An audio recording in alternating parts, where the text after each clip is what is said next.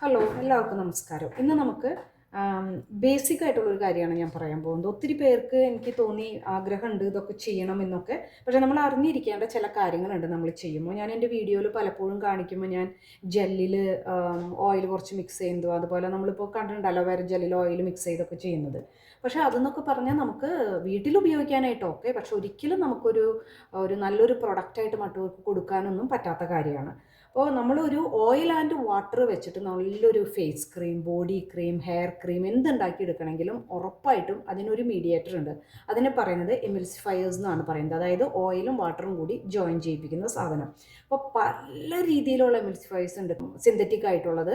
പിന്നെ ഞാൻ ഫോക്കസ് ചെയ്യുന്നത് നാച്ചുറൽ ആയിട്ടുള്ള ഇൻഗ്രീഡിയൻസ് ആണ്. അപ്പോൾ മൂന്ന് ഇൻഗ്രീഡിയൻ്റ് ആണ് എമിൽസിഫയേഴ്സ് ഞാൻ നിങ്ങളെ പരിചയപ്പെടുത്താനായിട്ട് താല്പര്യപ്പെടുന്നത്.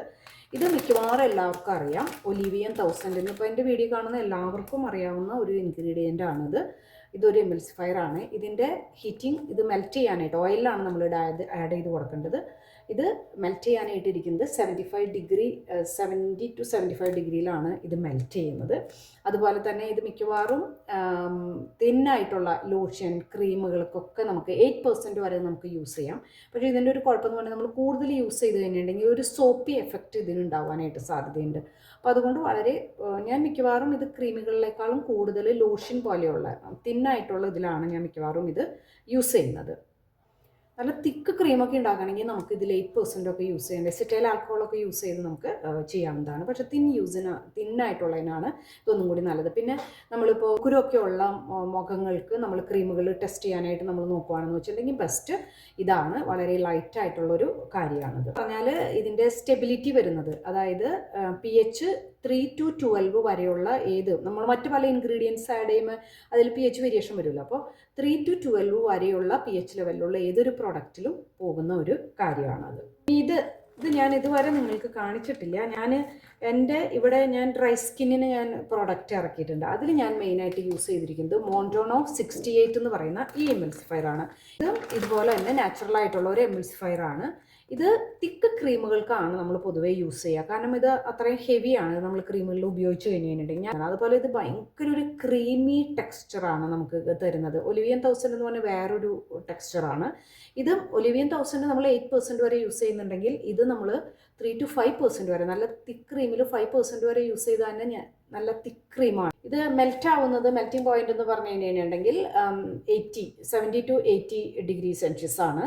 പിന്നെ ഇതിൻ്റെ pH റേഞ്ച് 3 to 12 വരെയുള്ളതിൽ നമുക്ക് ആ റേഞ്ചിൽ വരുന്നതിൽ നമുക്കിത് യൂസ് ചെയ്യാനായിട്ട് പറ്റും. ഇനി നാച്ചുറൽ ആയിട്ടുള്ള വേറൊരു എമിൽസിഫയർ ആണ്, കോൾഡ് പ്രോസസ്ഡ് എമിൽസിഫയർ ആണ്. നമുക്കിത് ചൂടാക്കേണ്ട കാര്യമില്ല, പക്ഷേ ഇത് കുറച്ച് പാടാണ് ഈ സാധനം നമുക്ക് യൂസ് ചെയ്യാനായിട്ട്.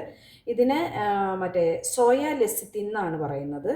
സോയാബീനിൽ നിന്ന് ഉണ്ടാക്കുന്ന ഒരു ടൈപ്പ് എമിൽസിഫയർ ആണ്. ഇത് കണ്ടോ, ഇത് ഏറ്റവും ബെസ്റ്റ് എന്തിട്ടാന്ന് വെച്ച് കഴിഞ്ഞിട്ടുണ്ടെങ്കിൽ ലിപ് ബാമിന് ഭയങ്കര നല്ലതാണ്. ലിപ് ബാമിൽ നമ്മളിത് യൂസ് ചെയ്ത് കഴിഞ്ഞ് കഴിഞ്ഞിട്ടുണ്ടെങ്കിൽ നമുക്ക് ഭയങ്കര നല്ലൊരു ടെക്സ്ചർ കിട്ടും. ലിപ്പൊക്കെ നല്ല സോഫ്റ്റായിട്ട് നല്ല മോയ്സ്ചറൈസ് ചെയ്തിട്ട് ഇരിക്കും.